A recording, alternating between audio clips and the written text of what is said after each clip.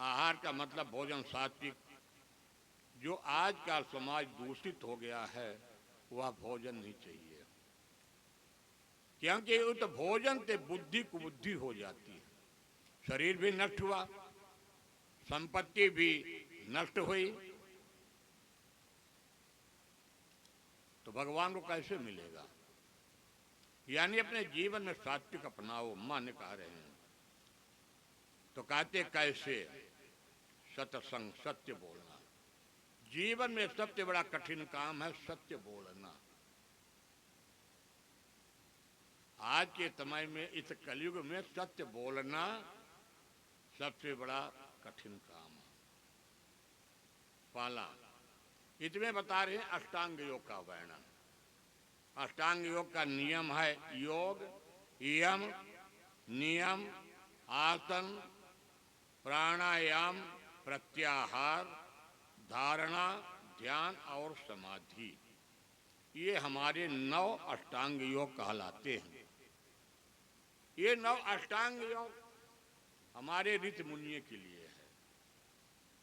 इसका मतलब ये होता है कि पहले हमारे ऋषि मुनि योग के माध्यम से अपने प्राण वायु को ब्रह्मांड में स्थित कर लेते थे, यानी संसार से उनका कोई वास्ता नहीं रहता था।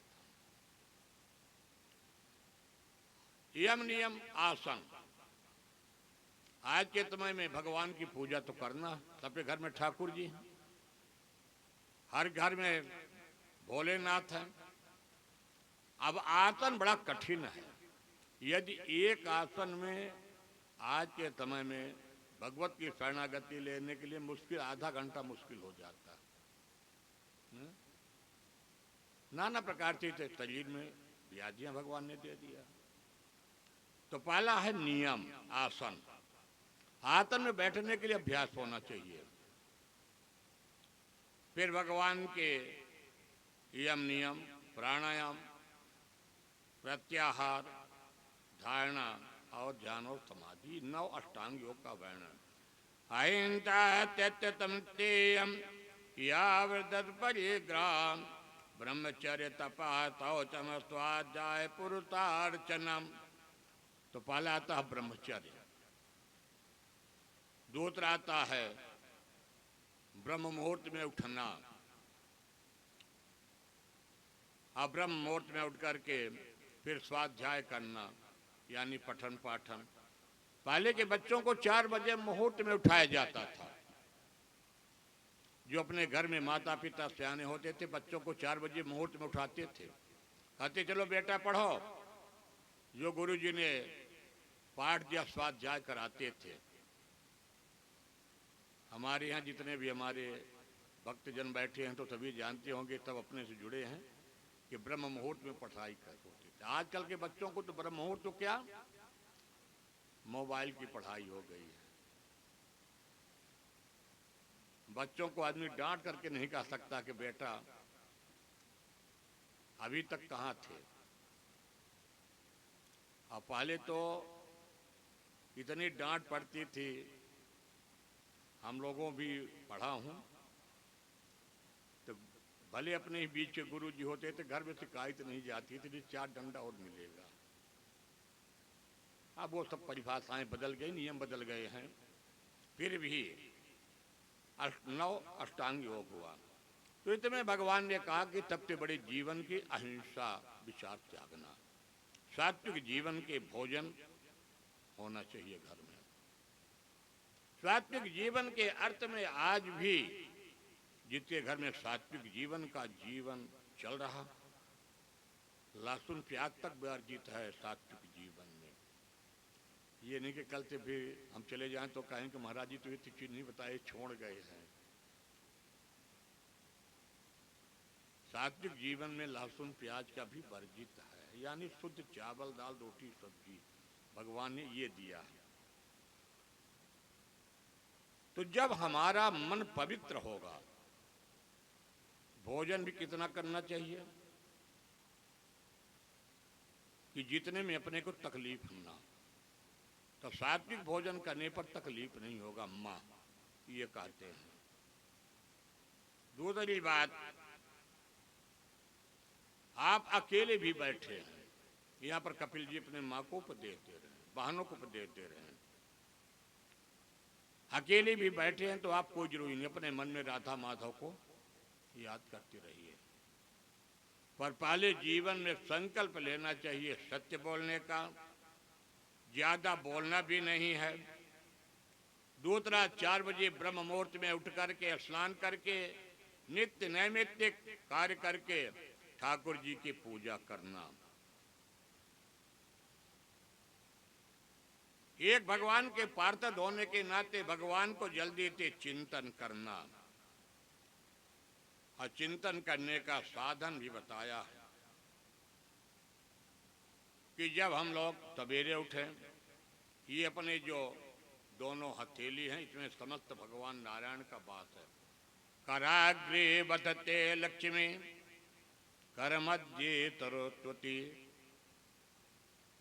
प्रभाते कर दर्शनम। तो प्रभात में तो दर्शन करना चाहिए, पर भगवान, अब आजकल अब उसका शब्द का नाम नहीं लूंगा, आप सभी जानते हैं, तो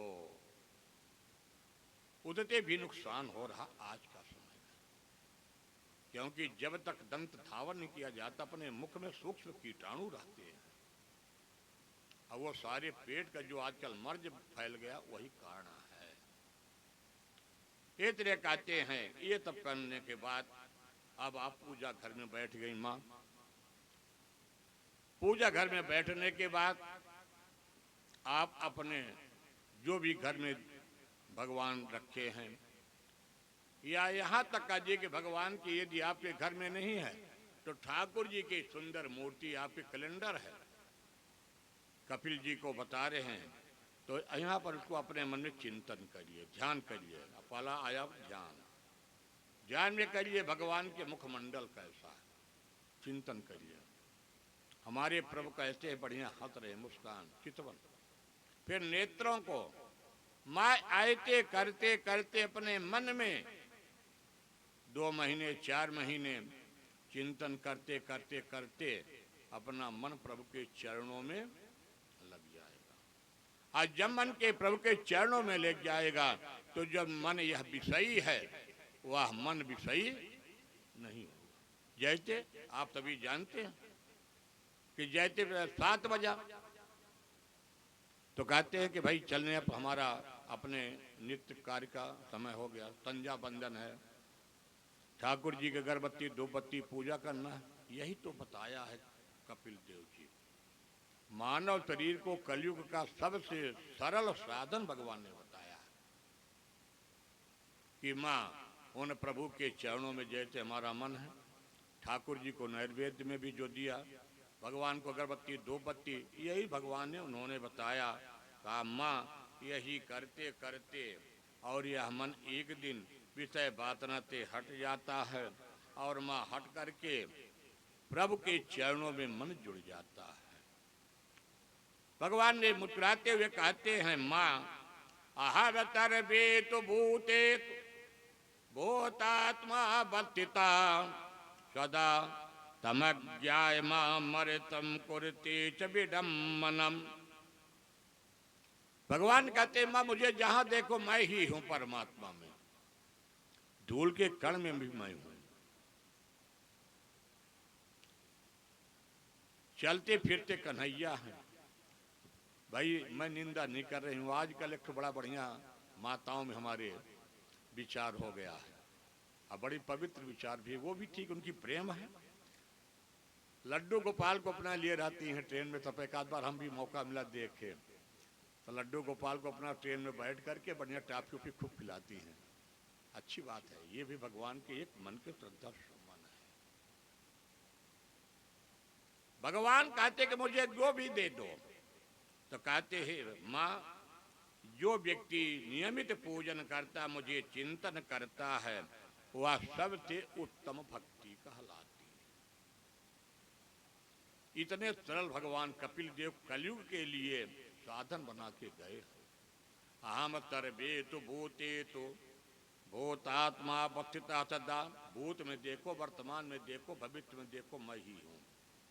पत्ते में देखो, कण में देखो, तुलसी में देखो, जहां भी देखो, पेड़ों में देखो तो मैं ही हूं। पेड़ भी हरे भरे हैं, ऑक्सीजन देते तो किसका? भगवान नारायण का बात। आज जिस दिन पेड़ सूख जाता है उसका प्राणवायु समाप्त हो गया। तमज्ञाय मामृतम कुरुते च विडम्बनम।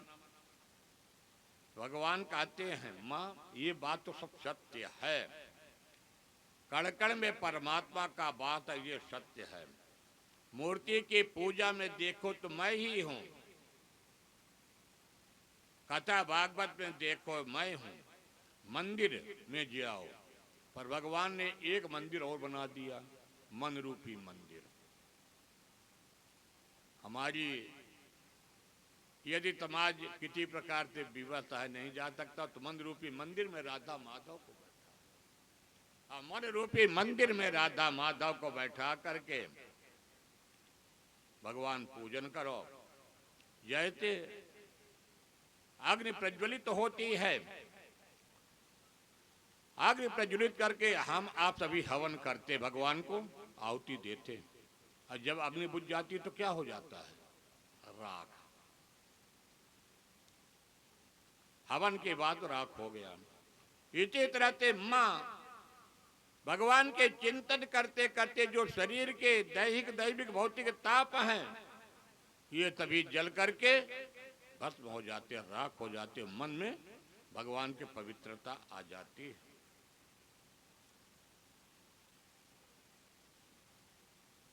भगवान कपिल देव कहते हैं मां सिया राम मैं तब जग जानी, तकरहूं प्रणाम जोरी जुग पानी। क्योंकि भगवान का पहचान, भगवान के विभिन्न स्वरूपों का वर्णन भगवान के कहते हैं। देवभूति माँ एक बड़ा सुंदर प्रश्न पूछा, ये तो जीव के कल्याण करने के लिए आपने उत्तम भक्ति बताई है कि भगवान की पूजा पाठ, भगवान के कलयुग में सबसे साधन कीर्तन, पर एक बड़ा सुंदर प्रश्न करती हैं आज कपिल जी। कहती बेटा एक मुझे और शंका मेरे समाधान कर दीजिए। कहती है जो जीव है जब माँ के गर्भ में आता है, गर्भवातम तमम दुखम न भूतो न भविष्यत। जब जीव माँ के गर्भावस्था में आता है तो जीव को 9 महीने बड़ा कष्ट होता है।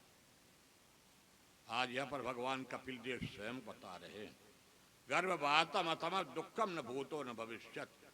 जब माँ के गर्भावस्था में जीव 4थे महीने में जाकर के माँ के गर्भ में जाकर के उस जीव को बंधन कर दिया जाता है और वह जीव माँ के गर्भ में दाएं और बाएं कोख में घूमता है।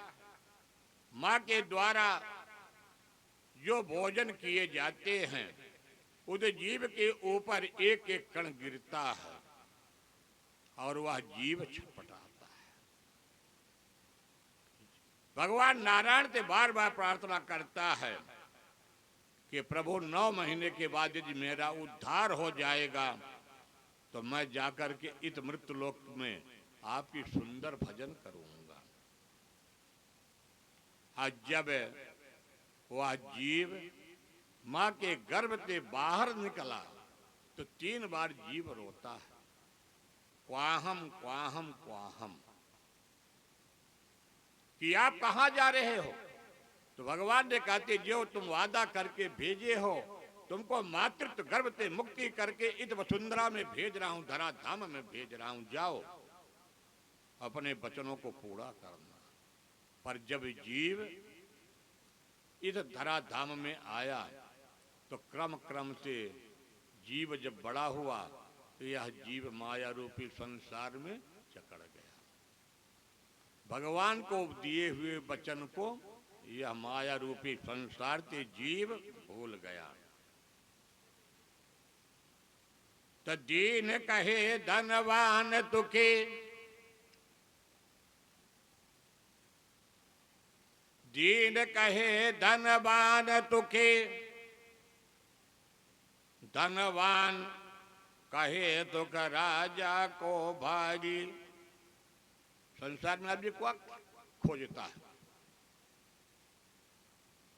यार भगवान क्या बताएं, मुझे तो मानव शरीर दिया पर बहुत गरीब बनवा दिया। तो धनवान जिसके पास भगवान ने संपत्ति वैभव दे दिया, अब उसके पास चलिए तो भगवान के यहाँ विडंबना नहीं है। भगवान वहां जाकर के फिर उसकी व्यवस्था बना दिए कि आए थे न कह के, तो धनवान सुखी धनवान कहे राजा को भारी। तो धनवान के पास जाएंगे तो भगवान ने क्या कर दिया, धन तो दिया है पर एक आध चीज भगवान ने रोक देते हैं। लो भैया, दिया तो मैं तुमको पर्याप्त हूं, पर वही है तेंद्र। तो राजा कहे महाराजा सुखी। अब बढ़ते चलिए, राजा कहे महाराजा सुखी, महाराजा कहे इंद्र को भारी। अरे भैया हम लोग क्या सुखी हैं, एक बार यदि इंद्रासन मिल जाता, महामहिम का पद मिल जाता। इंद्रासन का मतलब इंद्र के पद नहीं, सबसे बड़ा अपने सर्वोच्च भारत का पद है महामहिम का, यही तो इंद्र का पद है। तो हमारे यहाँ पद 5 साल का मिलता है, इंद्र का एक मनवंतर के लिए पद मिलता है। हमारे यहाँ चुनाव प्रजा के द्वारा राजा का 5 साल में होता है, और वहां पर राजा का चुनाव प्रतिवर्ष होता है। आप सभी जानते हैं प्रतिवर्ष राजा का चुनाव होता है देवलोक में, हमें आप चुन के भेजते हैं। जो इस समय का राजा है, काल युक्त राजा है, संवत्सर कालयुक्त, वहां भी सबके विभाग अलग, वरुण देवता अलग हैं।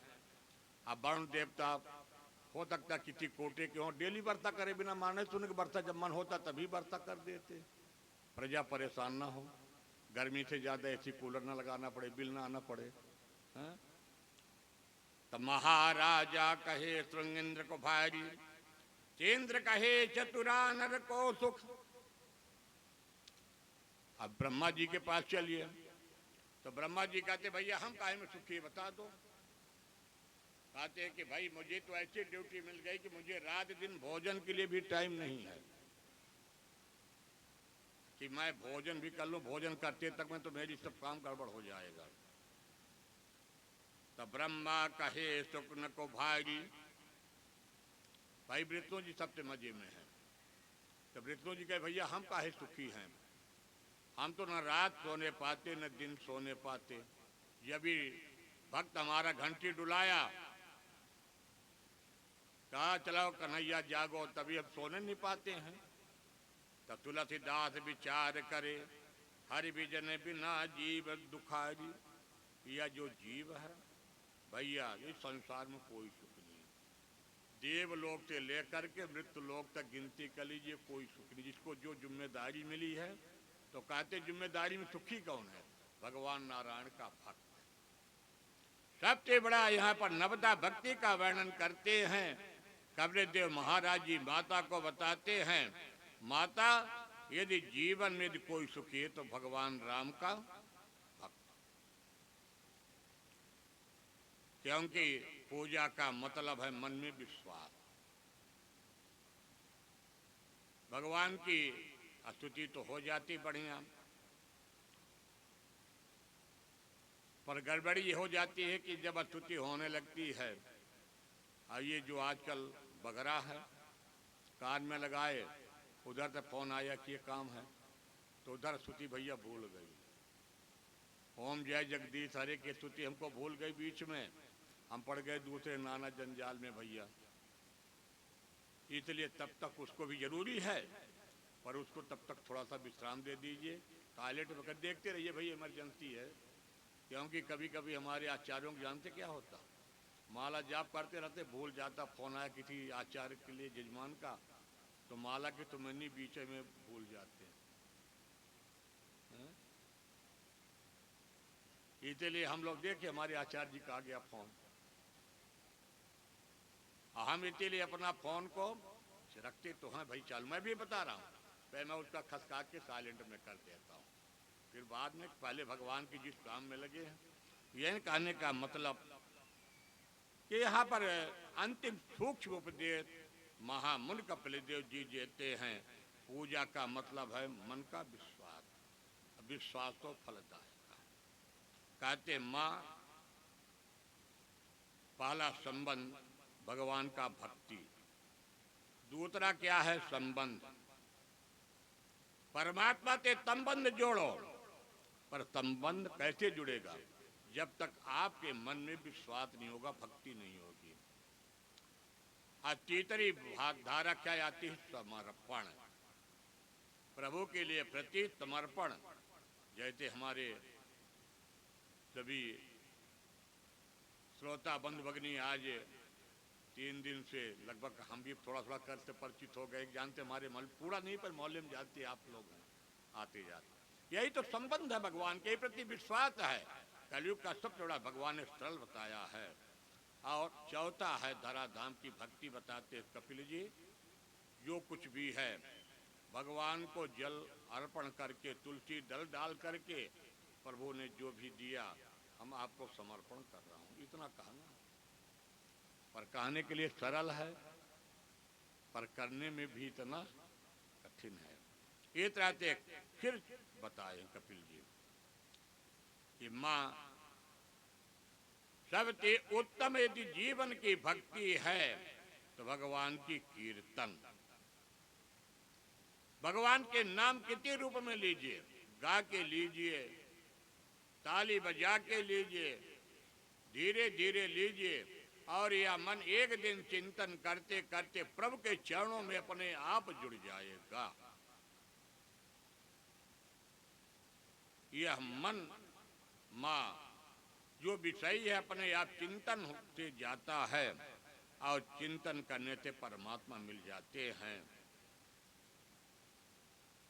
सुखदेव जी कहते राजन परीक्षित, कपिल महामुनि अपने माता देवभूति को अंतिम उपदेश दे रहे हैं। माता देवभूति कहती बेटा कीर्तन करने से क्या फायदा मिलेगा। कपिल देव जी कहते माँ कीर्तन तो बिना भाव के होता नहीं। तो कहते मान लीजिए मेरा मन भाव में नहीं है, तब कैसे कीर्तन करूं। तो भगवान कपिल देव जी और सरल बना दिए। कहते जैसे माँ 4 लोग भजन कर रहे हैं, बगल से कोई निकला, एक दिन उसके मन नहीं पड़ेगा, पर दूसरे दिन वह आकर के भगवान के कीर्तन वो भी शामिल हो जाए। यानी बिना भाव के भी करो, पर करो, और करते करते कीर्तन एक दिन अपने आप भाव आ जाएगा, अपने समय में बन जाएंगे। जैसे किसान तभाव को भाव अनक आलता हूँ, नाम जपत मंगल दित दत हूँ। एक जगह कथा हो रही थी, गुरु जी ने बताया कि केशव का नाम लेकर के कीर्तन किया करो। संयोग के उस बीच में बैठी हुई जो महिला थी, उसके पति का नाम था केशव। तो कहे कि महाराज जी तो केशव बताए, पर हमारे पति देव का नाम केशव है, जब मैं केशव नाम का जप करूंगा तो मेरे पति देव नाराज हो जाएंगे। अब बिहान भाई भागवत फिर में आई महिला, तो भगवान ने तो फिर पूछे कि महाराज जी एक तुम्हारे पास समस्या है। तो कहते क्या समस्या, कहें हमारे पति का नाम है केशव। तो महाराज जी ने कहा अच्छा तो ऐसा करो तुम काली मर्दन के नाम से भजन करो। जब बीच में जहाँ महिलाओं का समूह है, तो जब केशव नाम लेती तो हम तुम कर दो काली मर्दनम, तो तुम्हारे पति का नाम तो नहीं है। तो कहते काली मर्दन, अरे क्यों, हमारे कन्हैया का नाम तो अनंत है, जिन्होंने काली को नाथ रथैया है। यानी आप कितने भाव थे, यहाँ पर कपिल देव सहज भाव से कहते हैं कि भाव को भाव अलग आलस होना, कितने भाव से लेते लेते अपना मन तो प्रभु के संबंध में जुड़ जाएगा। पर विष्णवे नमः यदि विष्णाय बनता है तो विष्णाय जैसे पहले हमारे महर्षि वाल्मीकि जी क्या थे, जब देवर्षि नारद जी ने उपदेश दिया तो उन्होंने कहा कि भाई राम तो मेरे मुख में कभी निकल नहीं सकता है, क्योंकि मैं जीवन भर राम तो काम किया नहीं, मैं मरा मरा किया हूं, मैं दूसरे को लूटा घतोटा। तो देवर्षि नारद जी ने क्या कहा, ठीक मरा मरा कहो, तो मरा मरा मरा मरा करते करते राम राम हो गया। जैसे किसान जब खेत में बीज डालता है तो क्या सीधा डालता है, आड़ा तिरछा, घर में पौधा लगाते हैं तो पड़ता सीधा तो नहीं रहता, गमले में तिरछा भी हो जाता, पर जब अपने सही पौधे में आता तो सीधा हो जाता। इसी तरह से मन भी भगवान के जब जाकर के कीर्तन में लगते लगते एक दिन यह मन प्रभु के चरणों में सीधा होके चला जाता। माँ इसलिए भगवान ने अंतिम उपदेश दिया कीर्तन, और कीर्तन में इतनी स्वर लहरी होती है, भगवान के भक्त कीर्तन करते तो जंगल के शेर चीते भालू भी कीर्तन में आकर्षित होते हैं। इसलिए कलयुग का सबसे सरल साधन भगवान ने कपिल देव अपने माता को बताया है कीर्तन। और लास्ट में भी भागवत में सुखदेव जी को राजा परीक्षित ने एक लाइन में ही बताया, भागवत कलौ कीर्त कीर्तनाथ। सारे भागवत का सार सुखदेव जी राजा परीक्षित को जब कलयुग की कहते एक लाइन सुना दीजिए अंतिम समय है, तो भगवान ने केशव की बताया कलयुग कीर्तन से बढ़ के कोई साधन नहीं होगा। हमारे कपिल जी अंतिम उपदेश दिए, और कपिल जी कहते हैं माता प्रभु के नाम से संबंध बनाओ, तो पहला विश्वास, संबंध, समर्पण, ये तरह से आशीर्वाद दे करके आज भी कपिल महाराज जी गंगा सागर में विद्यमान है। मकर संक्रांति के पावन पर्व पर गंगा सागर में भगवान कपिल देव जी का दर्शन तो 12 महीना होता, पर मकर संक्रांति की विशेष पर्व माना जाता है। आज वही देवभूति माँ जाकर के तंपोड़ तरीर में जो पानी बहता है ना, तो सिद्धिदा नाम की नदी हो जाती है। इस तरह से आज कपिल जी प्रणाम किए हैं, माता को नवदा भक्ति का उपदेश दिए हैं, गंगा सागर में जाकर के कपिल जी विद्यमान हो जाते हैं। और आज भी कलयुग का यह हर तीर्थ बार बार गंगा सागर एक बार, जैसे अपने महाप्रभु जगन्नाथ स्वामी, जगत के नाथ स्वामी कलयुग के ही प्रभु नारायण है। हर 12 वर्ष में प्रभु का महाकलेवर बदलता जगन्नाथ के स्वामी का। आज भारत भूमि में एक ऐसा मंदिर है जो आज अप्रवासी यानी विदेशियों को प्रवेश नहीं है, वो भी जगन्नाथ स्वामी में। अपने यहाँ के जो स्वर्गीय इंदिरा गांधी हैं उनको भी प्रवेश नहीं मिला है जगन्नाथ स्वामी में। आज अपने कलयुग में सबसे बड़ा धारा धाम में वही है तो महाप्रभु, इसलिए उनका नाम है महाप्रभु। आज भी यदि कोई गड़बड़ी पंडा पुजारी कर दिया तो उस दिन का ठाकुर जी का राग भोग नहीं लगेगा, पूरा समुद्र में डाल दिया जाता।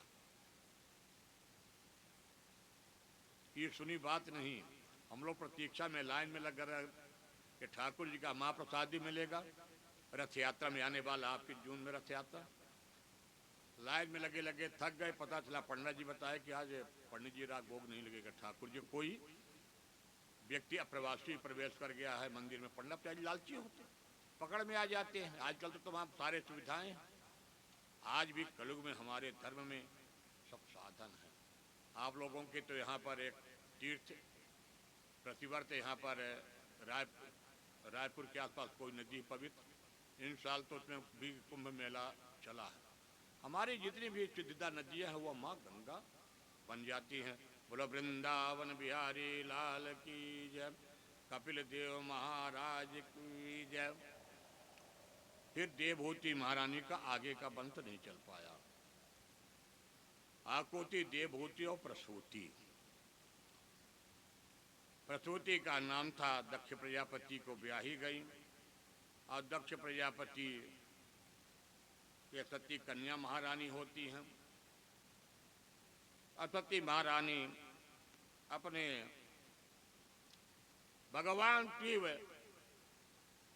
और दक्ष प्रजापति का थोड़ा सा विवाद हुआ। आप लोग सभी कथा जानते हैं, क्योंकि कथा को आगे अभी बढ़ाना पड़ेगा, कल जन्म है। एक साधारण से विवाद में हुआ था ससुर दामाद के प्रणाम में। यद्यप भोलेनाथ ने अपने ससुर को प्रणाम किया है, दक्ष प्रजापति राजा था, भगवान भोलेनाथ दामाद भी हैं, तब भोलेनाथ ने मन में प्रणाम किया पर आसन पे खड़ा होकर प्रणाम नहीं किया। इसी कारण भोलेनाथ का ससुर का संबंध खत्म, और काफी लंबा संबंध खत्म हुआ। परंतु सती महारानी को यह बात नहीं मालूम था। एक बार दक्ष प्रजापति ने एक यज्ञ किया